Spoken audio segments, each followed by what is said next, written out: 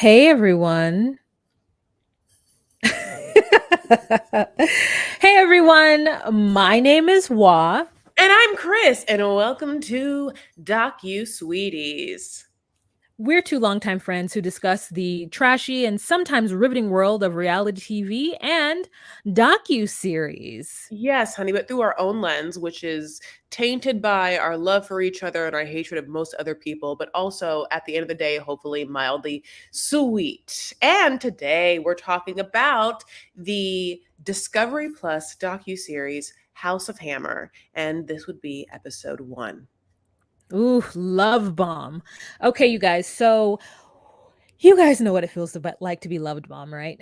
You No. know that women are socialized to want and crave and desire for a man's full attention, that love, that support, to be your best friend, and that you guys have kids and that's perfect, and there's no roller coasters, there's no bumps, and if there are, it's your job as the woman to figure it out. It's your job as the woman to be sweeter, be kinder, be more loving, or be whatever it is that that man needs you to be, to back him up, to support him, to be ride or die, and to know that you did everything you could for your man. That is what we're taught. So with that, we have certain situations that sometimes women run into that feel like the right thing, but actually are not. Chris? Yeah, I mean, love bombing is a full-on word that we all know that I know the dictionary definition of because I read. I haven't yet experienced that though. Like I feel like I've never been love bombed.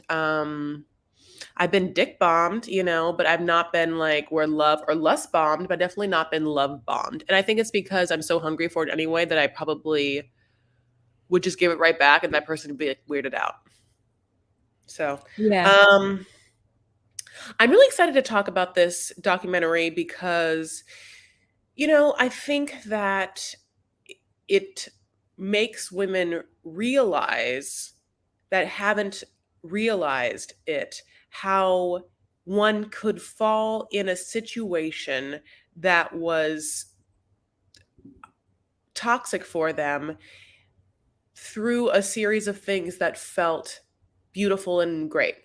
And it's like that's what's shitty about this. It isn't like these women got addicted to heroin and they were like going to Skid Row and like, like picking up heroin and we're like talking about that. It's like you just meet, you think, a great guy. And you know what? A handsome man. Oh, wait, a man that has a job. Holy shit. And his family's rich.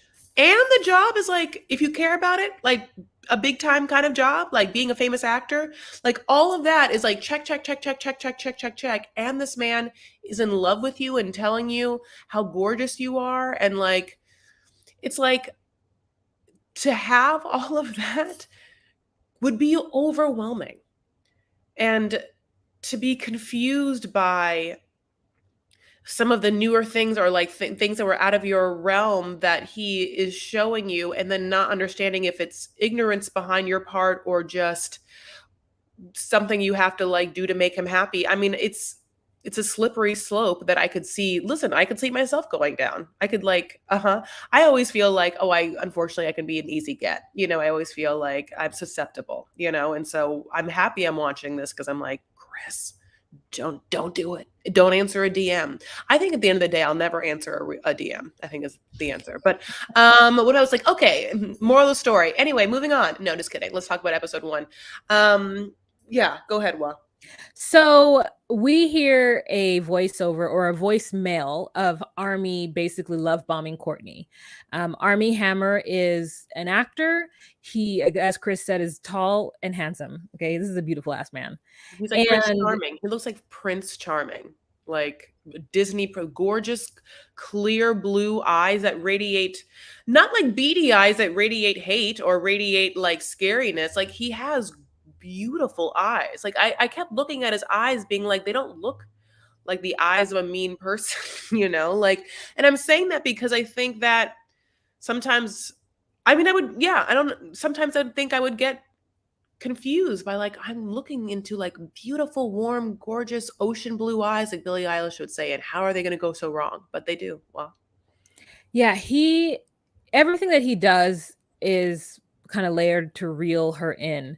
And we hear this voiceover of him basically telling her that he loves her and that she's beautiful and that like but he's excited to see her and he's going to come over with his little bag. And his little bag is filled with the like his instruments that he likes to use while having sex. Um Courtney says that when you're with him you feel like you're his completely. And that he basically would call her and talk to her for like hours a day and would tell her intimate details about his childhood, things that he fears, things that he loves, and like just completely made her feel like this is so crazy, this was meant to be, oh my god, hmm you're so great. And she said that he had this charisma about him, and so did his a former classmate. A former classmate says like, yeah, I took classes with him every Tuesday for years, and he was a charismatic guy. Like he had worked really hard in the industry. He was doing things like Desperate Housewives, so he really did kind of work his way up as far as acting goes. I wouldn't say that the Hammer name took him super far, as far as that goes. And that he ended even with The Social Network, but after that he did a slew of just like movies that just didn't work. And I was like, at least you get movies, guy. Like, who cares if they didn't work? So he finally gets a movie called Call Me by Your Name, and that is what throws him into the spotlight. And he is just like, I guess, going on tours with, is this Timothy Chalamet or whatever? it Going on is. tours with this person and like, doing an Oscar run, all that good stuff. And then we meet somebody by the name of Julia because the pandemic hits, right? And everybody's like inside. And guess where Army is? Army is on Instagram. Go, Chris. So yeah, he had met Courtney in real life, ROL, like at a bar in Dallas. She's like a businesswoman. She like think Kate Beckinsale, and like a younger Kate Beckinsale. And then he like, she wakes up the next morning. He's like followed her, and then like she follows him back on Instagram. Like, and then it's like a couple of months before he even slides into her DM. So he has like a pattern with this Julia. He had found pictures of Julia. Now, Julia is gorgeous, super young, kind of gives, I mean, like Bratz doll. I mean, in the sense that like the hugest eyes and like a tiny, tiny little face. I mean, all these women are beautiful. Absolutely. So in their own ways. So they don't all look the same, but they, yeah, anyway, Julia is like I mean, very hip young girl who I think is majoring at USC, getting her MFA. And so she had done a series of portraits that were like artsy fartsy portraits under the guise or like project name For Arabella, where one in particular, yes, she has someone's hand around her throat, and it's a very violent looking picture that Army had seen like in 2016 and had like been obsessed with and DM'd her then, but it was in the message folder, and she's not checking that. She's like too cool for that. Come on. But she ends up seeing, I think, that he followed her or something, and or was following her. She like didn't realize it, and then when she like was gonna go DM him and be like thanks, she like saw that and she was like, oh my god, I didn't see this, like I'm so dumb or whatever. And he's like, yes, that picture of you, like I just think about it all the time, like, and quickly starts to engage with her, and it becomes very sexual very fast. So yeah, there is like, it's interesting because I think, yeah, with Courtney, it seems like he was making a more emotional plea to her. And with Julia, it seems like very early on that it's like more lustful and not so like, we're going to be in a relationship, you're going to be my boyfriend or my girlfriend. But we also start to see some similarities in some things that he's interested in. So with Julia, he, I think, brings up shibari, which is, there's two rope techniques they bring up. One is shibari, I think, which is, one is like decorative restraint, and one is more intense, realistic restraint. But I can't remember the names, my loves, because they are ethnic names. It's in, let me say this. I'm not someone who's like heavily knowledgeable about BDSM. But I feel like naturally, if you've heard this, any part of this podcast before, or if you know me, like, I probably like skew a little like sub or whatever. So a lot of the DMs and the first couple of voicemails that we hear from Army aren't horrible, right? Like they're more like, I want to be in possession of you. I want to, like you're mine, that kind of stuff. And it's not that I'm saying, obviously, there's something, intensely, I would say, like with those kind of things, they are provocative, and I understand that. But there are people who are like, oh, hot, that's hot. So, and I would probably label myself in some of the beginning, like surface level stuff, as being like, that's kind of hot. I like it. And of course, it only means I would like it if I enjoyed the person that was coming out of their mouth. Then someone else, some gross person that I'm not into, saying that he wants to own me, I'd be like, haha, yeah, right. Absolutely not. Go ahead, Wa. So we had this moment where she is trying to kind of show that even though she was getting these messages from Army, that she wasn't completely into it. So she would, yes, heart them, she would double tap them, but she says that that was just to kind of show her engagement, that she never like never thought that those likes meant anything, which is so crazy to me because like for me, I personally don't like a comment if I don't like it. So I was a little confused out of that, but I think it's a generational thing. I'm a literal person and I don't have time for the like fluff and nonsense. And I don't want to make anybody feel good about anything. Like sometimes people send me DMs that I'm like, ugh, if it was boring or if it wasn't funny, I'll put the thumbs down on it. No. I'm quite rude. Like I will react in the way that I feel. So, Wait, I have a question. What's ruder? A thumbs down or just not even reacting at all?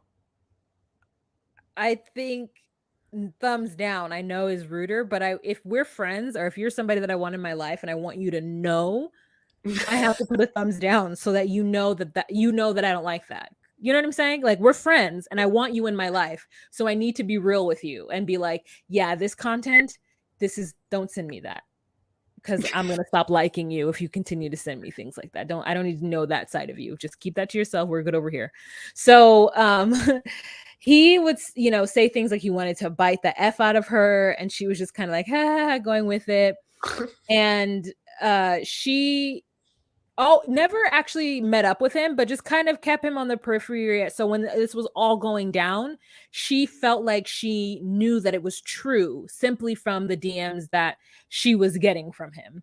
Mm-hmm. So then we have a transition back to him and Courtney. And one day Courtney went to like New York City to visit some friends, and he was like driving from Florida to California, and he stopped in Dallas and she wasn't there, and he was like pissed. Like he called her like 22 times while she was in New York City with her friends. Now that is the point. As somebody who was initially attracted to all of the things that he was saying to her and felt like, yes, I could have been in her position. The moment I flew to New York City and I was with my friends, and any celebrity, there's a celebrity that I dated whose initials are Mimrar. And like, if that person had Mimrar is what I heard. Okay, Mimrar is what I heard. If that person had called me 22 times, knowing that I was not at home and with my friends, that would be I would like, oh no, this person has skeletons in their closet. Like as a Black female dealing with that male, would have put even if he was Black, red flags 100%. You're not allowed to do that. 22 times is fucking crazy. So like I'm now knowing that person is crazy, and she felt some kind of way about it. And then she drove, and then it was even weirder because one of the pictures was a picture of the outside of her apartment building. And I don't think that she had ever truly told him where she lived. So it was weird that he had that, or they took pictures talking about he was going to go inside of her apartment. And then for whatever reason, she kind of stops talking to him. She gets home. I think they chill for a while without speaking, and then all of a sudden they start talking again because she's flying to LA to hang out with another friend. I said, okay, CEO bitch, you just got friends and you just be flying all around the country just to like see them and say what's up. And so she gets there, she gets to California, And the plan was is that she was going to meet him after she had lunch with a friend. So she literally just went to LA to like have lunch with a friend. And then she ended up getting on the back of his motorcycle and they drove out to 29 Palms, which is like the desert area. I'm not sure if it's very close to Palm Springs, but it's like the desert area of California. And he had a friend who owned a motel there. They drove up with the dog, and she just ended up spending 3 weeks with this man in the desert, I know it. where he just made her feel like the most important thing on the face of this planet. Now, mind you, this man has 2 kids, and he has a ex-wife who I guess at this point he had told Courtney that they were separated, but who knows if they truly were. Chris? Yeah. Courtney is a businesswoman. She has an app. I'm not quite sure. I think it's called Flashed. I don't know what the purpose of the app is in a beauty business. When he had gone to her apartment, he also left a note that was something like, it's like the notes are kind of like, I want to take a bite out of you, or I wish I could eat you, kind of stuff. And, it's like, what? That's what I put here. Going to bite the fuck out of you. That's from the note. That's what I just remembered. That's on the note. Yep. Yeah, I'm going to take wait, say it again. I'm going to bite the fuck out of you. He was like, how dare you not be here? Such and suchy suchy. And then at the end, I'm going to bite the fuck out of you. And listen, that was hot to me. Hot, hot. It's a hot Oh, thing. Yeah.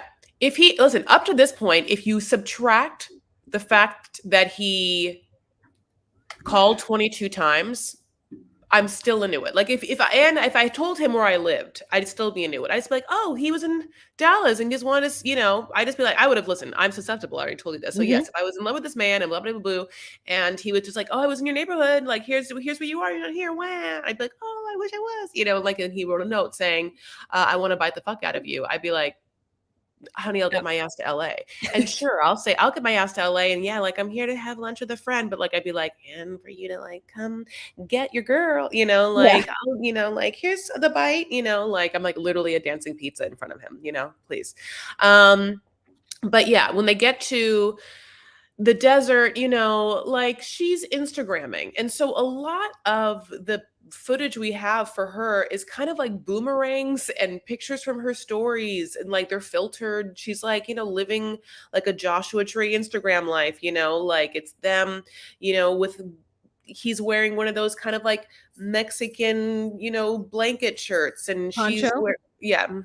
and she's wearing cowboy hats, and we know this, she's actually from Dallas, so maybe I can give her that. But the other thing is that she's very into it, and he keeps being like, we should get some ropes, girl. Gotta get those ropes. And she's like, no, you don't have to. Or we could just not. We could not get the ropes also. We could just like have a little bit, they don't mind a little vanilla. I love vanilla soft serve. And yeah, sometimes some sprinkles are okay, but like we don't need like Rocky Road every night gelato, and he keeps going to rope stores and they don't have the ropes that she wants.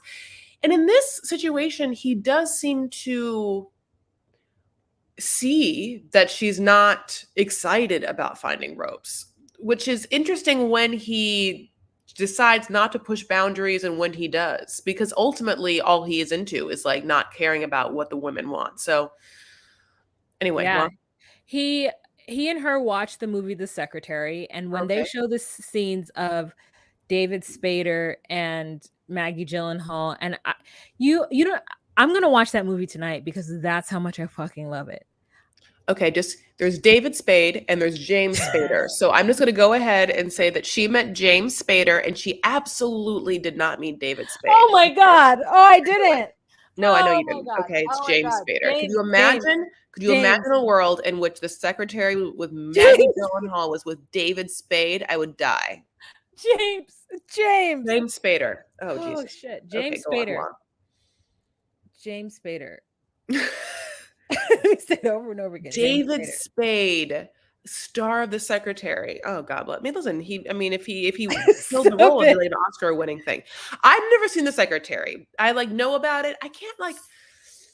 Yeah, I maybe I even tried to watch it, but I felt like it was boring or something. But like basically Maggie Gyllenhaal just is like becomes this, this submissive sub all time of a James Spader who, and she's also his assistant slash secretary, and he's the boss in more ways than one.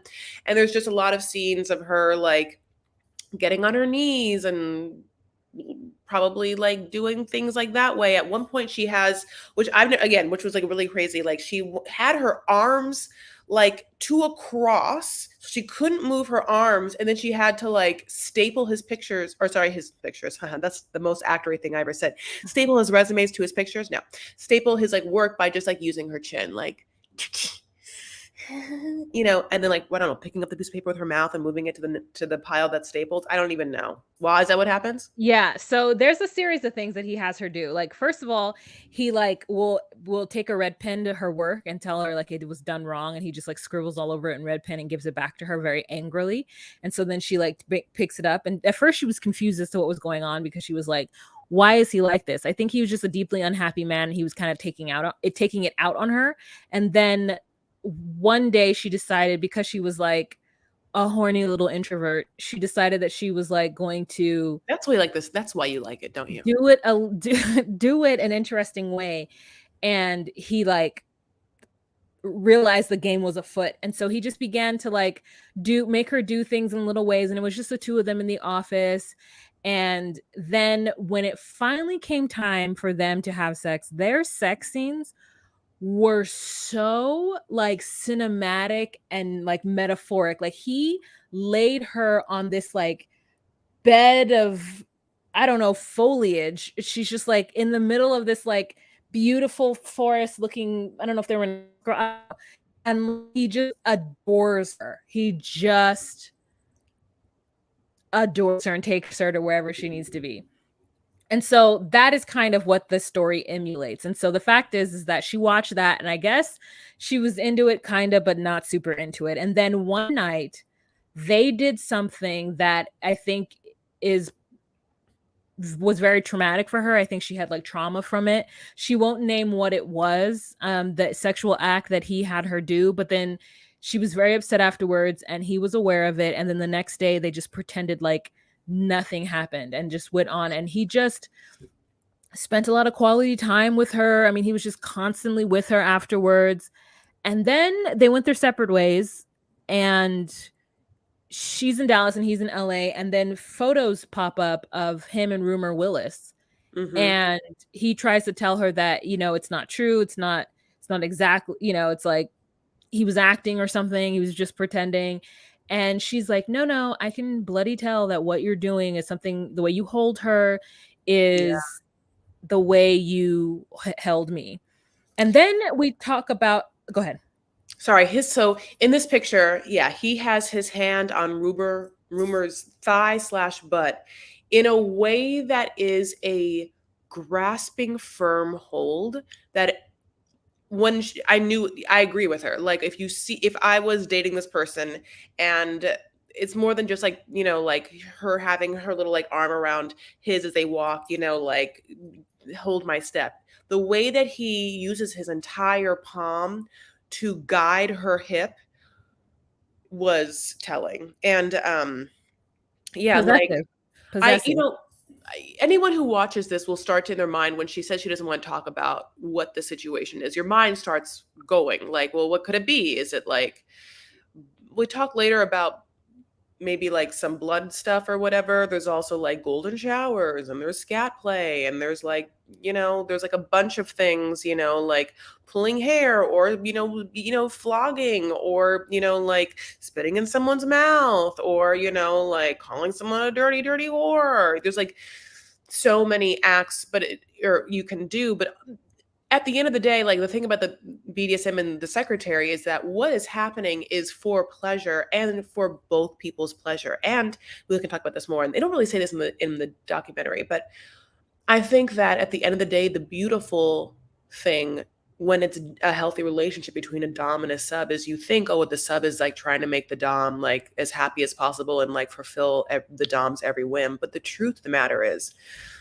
a good dom is also worships his sub and wants his sub to be like at the height of all ecstasy as well. Anyway, go on, Wall. Yeah, so w- we get introduced to another girl who this is kind of like not chronologically in the time that's happening to Courtney, but this is afterwards when there is a girl, two girls that kind of get brought in, and one of them is being represented by Gloria Allred, and the other one is just a blonde that looks exactly like Courtney. Not like exactly, but they look similar. And there are pictures of this blonde, and Courtney can see in the pictures that the blonde is like got bite marks on her, bruised in ways that she was bruised herself. And Courtney says, "Listen, if this is your fantasy, more power to you." Like, then the documentary acknowledges that what what BDSM is and what Army Hammer was doing were not the same things. Right. That he dressed it up in BDSM because of some of the acts were similar, like the shibari rope fantasy, like the bruises and the bite marks, and but those things happen once you have explicit consent and understanding before you perform that scene. And we have somebody whose Twitter handler name is House of Effie. And that person starts to come forward and dropping things about Army Hammer. And Courtney then responds to it like, "You go, girl, this is exactly it." And it turns out that the girl from House of Effie is like a 22-year-old European girl who came to the US or whatever. I don't know, on tourist visa or whatever. And that she had one such night with Army Hammer after months of talking to him via Instagram. And he basically just sexually assaulted her over and over and over again one night. And even while she was crawling away crying, like he was like, I can only imagine he was like American Psycho crazy when Yeah. it was happening. And so when we meet Gloria Aldridge starts to represent her, and we have like a video of her talking about all the things that Army Hammer did to her. And then she talks about how the person who was representing Army Hammer was a guy who was always representing men who are getting caught in sexual assault cases. And she refers to them as, Gloria refers to the type of people that lawyer represents as the Bad Boys Club. So we Like also, literally Bill Cosby. I mean, like he represents the worst of the worst. Sorry. yeah.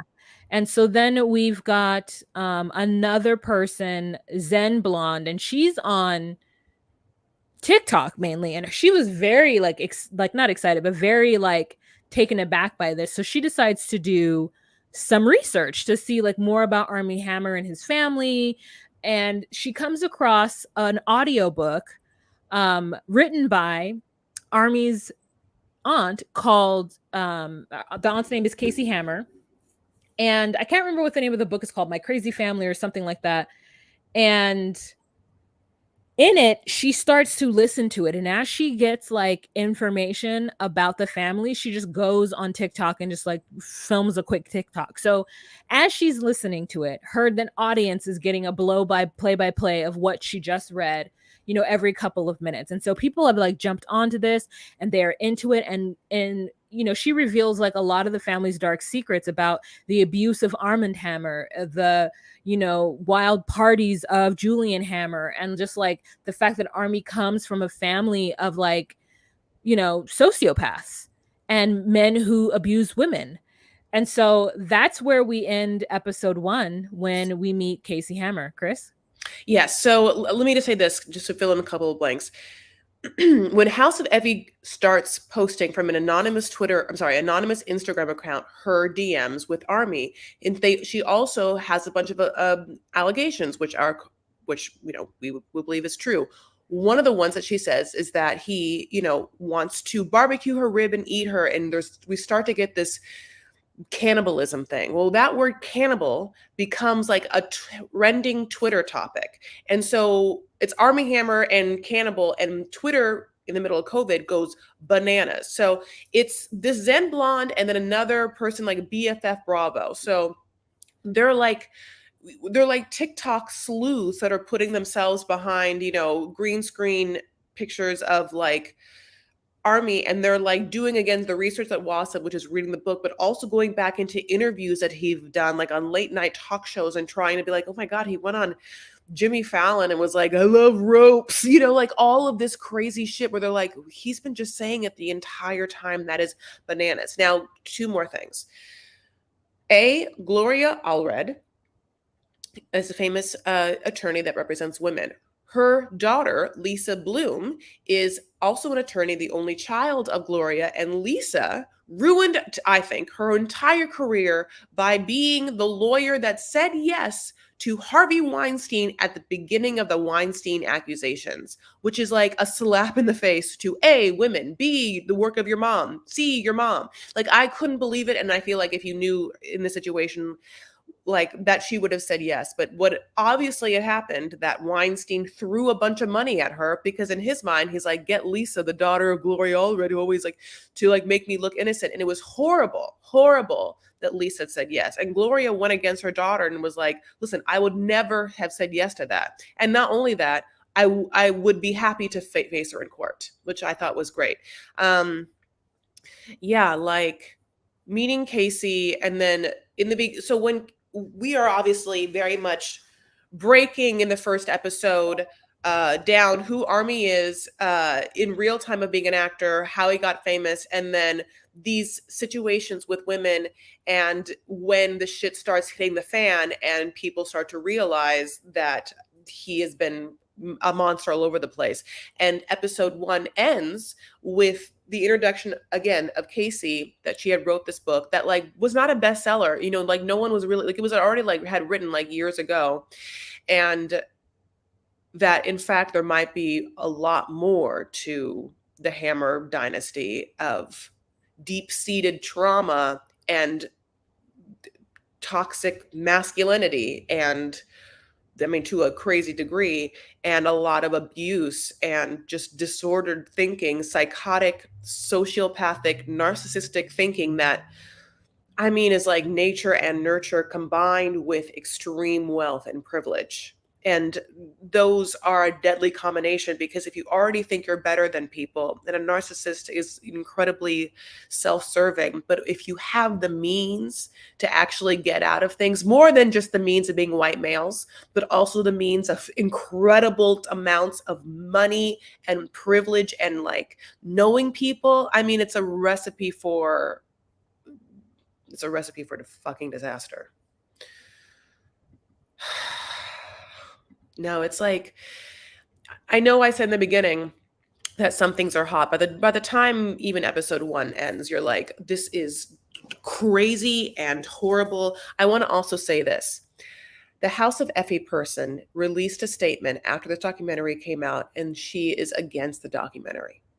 Her footage we are seeing is not because she sat down, it's because she released a YouTube video. And Gloria is her speaking piece / her lawyer, but she actually did release a statement saying that she felt the documentary was making light of women, or not making light of women's accusations, but like re-traumatizing for her. And that is horrifying to hear and so sad. And I wonder where the through line is, because that's how she feels, is absolutely how she feels. And I wish then that they maybe hadn't like shown her face. But at the same time, I think that she may have made her YouTube statement public so that the public personas can use your image. And also Gloria, who is her lawyer, is involved. And so it's like, that's touchy, and I wish her all the healing. But there are women in this documentary that he also did hurt that actively were part of the documentary. And whether Courtney feels after seeing the documentary that it wasn't good for her, we'll just wait for that statement. Oh, okay. Yeah. All right, you guys. So that is the end of episode 1. And we hope that you guys will go and watch this so that you can follow along with us. We're going to be talking about episodes 2 and 3 in later episodes. But for now, you guys can, if you want to support us, go to patreon.com/docusweeties for $10 a month to get all of the content that Chris and I are reviewing this month and next month, that's going to be Love After Lockup and 90 Day Fiance, Feels Happily like Ever a big deal. After. I couldn't get it out. 90 Day Fiance, Happily Ever After. So, yeah, please join us, Chris. Yeah. Well, first of all, just so you know, if you were watching this live stream, you would have noticed that Waz, a strap went down. You almost saw Waz titty just now. Also, Wa and I are wearing the exact same dress. The exact same dress. Other than that, yeah, just, I hope that anyone who has had to deal with trauma and abuse knows that they are not alone. That, as you know, people have a lot of secrets and a lot of people are ashamed to tell, but there are people that when they share their truth, I think those that are scared and didn't believe that there'd be anyone that would understand can hear that. At the same time, I want networks and producers to respect victims. So where that lies, I'm not quite sure, other than if you are someone who is in an abusive relationship or you see your friends in abusive relationships, please get them help. There are 1-800 numbers to call and whatnot. With a lot of the docu series we watch, I understand what it's like for people to want love in their life. Like, I mean that. I understand it incredibly much. So